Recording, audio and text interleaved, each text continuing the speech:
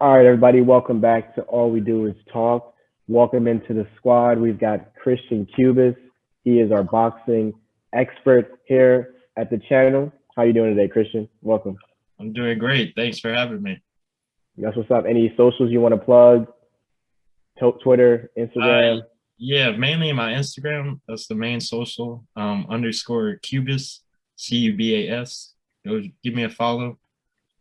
All right, that's what's up. All right, so today we've got the big fight.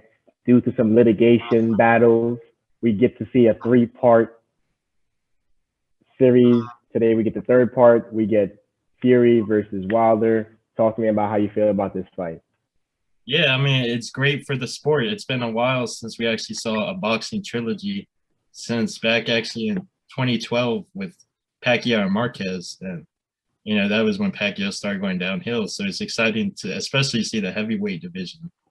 Actually, these guys are both heavy hitters, so it's great to see, especially the past two matches. Fury obviously obliterated Wilder in those first two. I actually saw the first match with you, Isaiah, and as you remember, Yeah. Fury obviously won 11 of the 12 rounds. So that one punch of Yeah. that Wilder caught him with was pretty amazing. Yeah. Unfortunately, the second match, it was all 12 rounds or all rounds for Tyson Fury. So this third round or this third match, we can only hope that Dante Wilder, reached in his tool bag and whips out some new techniques. But we'll just Yeah. dive straight into it.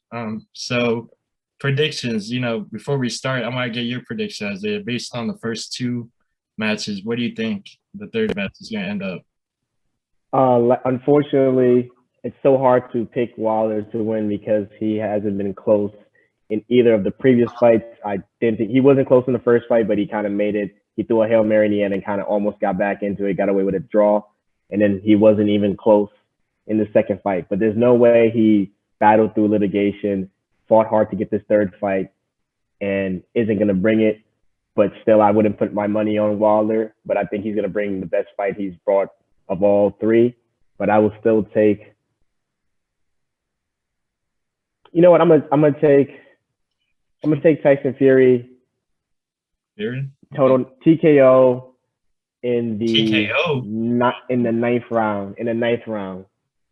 Ninth round? Okay, that's a pretty bold statement, especially that he didn't knock down. Well, he kind of knocked down Fury in the second round, or the second match. It I was, took Fury. I took Fury. yeah, I I got, took Fury. I mean, yeah. Then he won the second fight by TKO. yeah, Yeah. it was, yeah, I guess so. You're right. It was more of Yeah. a equilibrium shot to me. He kind of hit him at the top of the head, so He hit him up. He hit him upside the head, and they had to. It was like, hey, you done for the day. But based on what I've seen, I will take Fury. I would say Wilder's gonna fight the best fight, but I just don't know if he's good enough to beat Fury. And based on what we've seen, I'm gonna have to take Fury. How about you? Go ahead.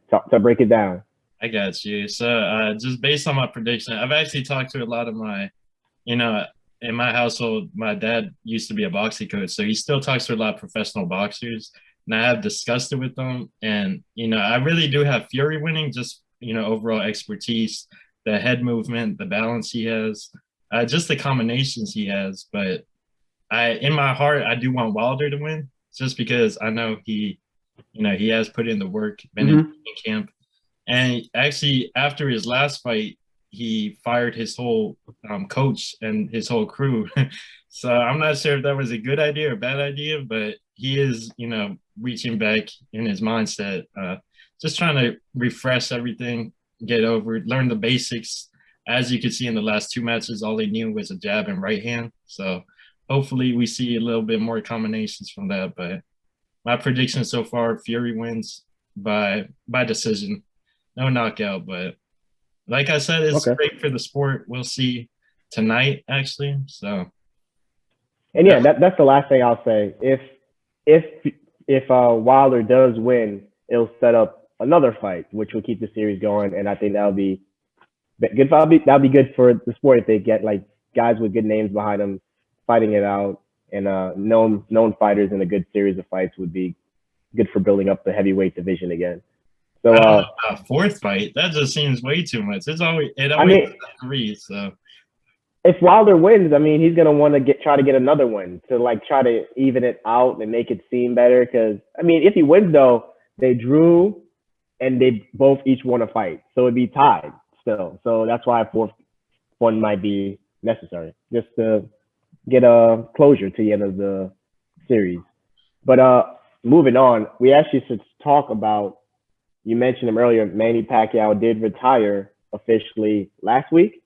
So how you feel about that? How you feel about Manny Pacquiao? yes, I'm actually quite disappointed by the way he retired, just because the champion, one of my favorite boxers, Earl Spence, was actually set to fight him for about 6 to 7 months. And like maybe 3 weeks before the fight, he actually had a tear in his retina. So he was forced to back out of it, or else, he had the possibility of getting blind.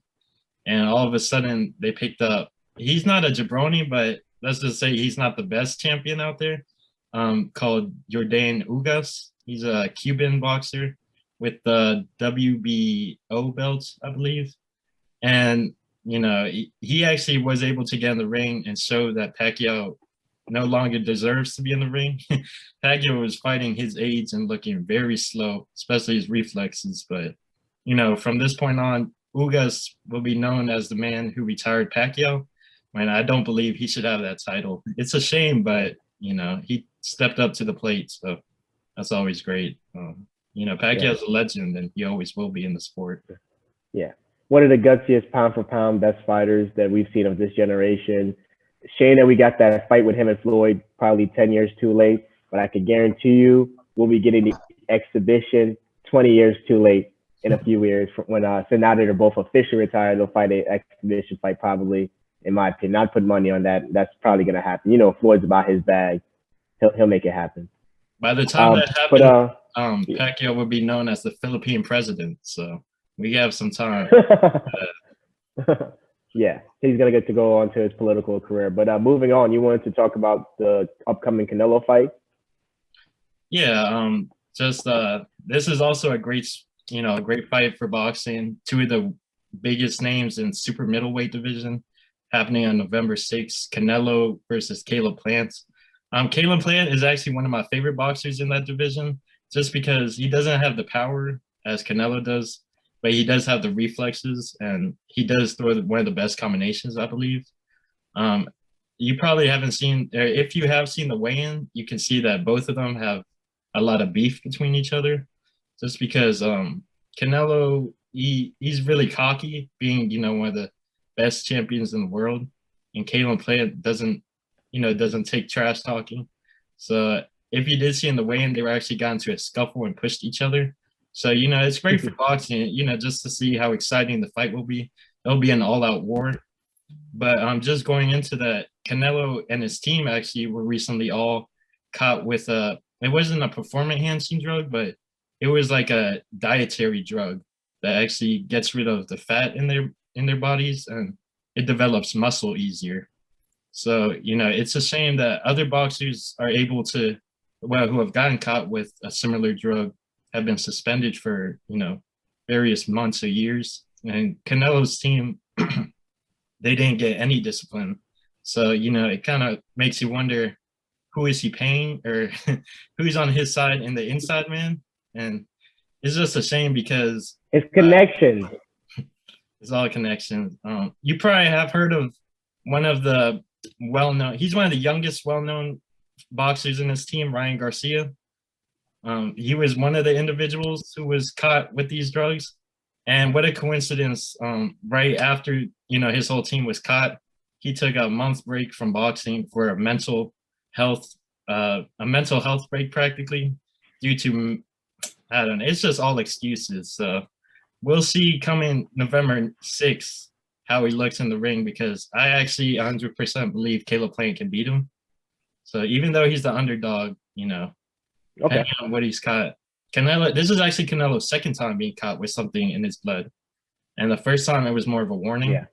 So, just going into that, I wanted to talk about the other fighters in that division as well. So Canelo actually wasn't supposed to fight Caleb Plant. It was more of a last second setup. He was supposed to fight. There's two big names in that division, Demetrius Andrade and David Benavidez. For some reason, Canelo's always avoiding, the biggest names. It's more of a manager standpoint, just because they make more money if he's undefeated. So, boxers nowadays, it's all about business. They don't set up fights to fight the best. They set up fights to win. To make money. Yeah, everyone likes an undefeated champ. No one wants to Yeah. see a defeated champ. But these two fighters actually are set to fight. Well, Demetrius Andrade is set to fight November 19th. And, he's been calling out big names. He's one of my favorite fighters in the division. And for some reason, he's been blacklisted. No one wants to fight him just because, he's one of the realest, best ones out there. So, he's been asking for big names, champions. Unfortunately, they threw him a bone and set him up with this man named Jason Quigley, who's more of a jabroni type of boxer. 18-0, but he's fought a lot of garbage men, nobodies. So he's clearly going to win that, but I hope he does make a name for himself in the future. So just remember that. Demetrius Boo Boo Andres. Okay, I know. I've heard of him. All right. And I see you also sent me that you wanted to spotlight one more fight before we wrap it up today. Oh, yeah. So this is obviously one of the biggest fights this year, just because big name, big fighter, heavy hitter, Gervonta Davis. As you all know, he might be the next Mike Tyson mentality. Even Mike Tyson said it himself, straight out of Baltimore. So, he's from the hood, grew up in foster care, but he's actually Mayweather's protege. So, Mayweather looks after him. That's his promoter, his manager. So it's actually crazy because he was set to fight a champion, Teofimo Lopez. Unfortunately, Teofimo, because of business and BS, the fight never happened. It could have made millions, could have made an undisputed champ, but, because of business. So Mayweather actually set up a fight, what was it, December 5th, with another one of his fighters called Rolly Romero. And this guy, Rolly, I don't know how he became a boxer, but let's just say the ambulance better be close December 5th, because Gervonta is coming for someone's life that night. Is he's a real heavy hitter. When I think of a Mike Tyson, I definitely think of him. At 135, there's not that many heavy hitters, especially a heavy hitter that can knock out a heavyweight at that lightweight. But he's definitely one of them. And for Rolly, I'm gonna be praying for you, just because for somehow he got in championships there's interim belts and then there's normal belts. So the IBF belt that Rolly was able to get, they actually deleted it just because they didn't believe in interim belts. So for some reason, he was the mandatory for Gervonta. And like I said, Gervonta is just going to wipe the floor with him December 5th, make another statement for himself. And Mayweather's just looking for another big payday since both of them are his fighters. So that's, that's probably one of the biggest happening at the end of the year this year. And I would definitely, recommend watching that, just because there's going to be fireworks being thrown. All right. What's the date on that one? December 5th. Okay. So definitely we'll have you back on to discuss how you felt about the Wilder Fury fight, how you felt about the Canelo fight, and both the Davis fight whenever we get our chance. Hopefully we'll make it more of a mainstay for sure. Enjoyed having you on. Once again, our boxing expert, Mr. Christian. Take it easy, my guy. I'll catch you later, all right? Thank you. You too. Thanks for having me. Have a good one.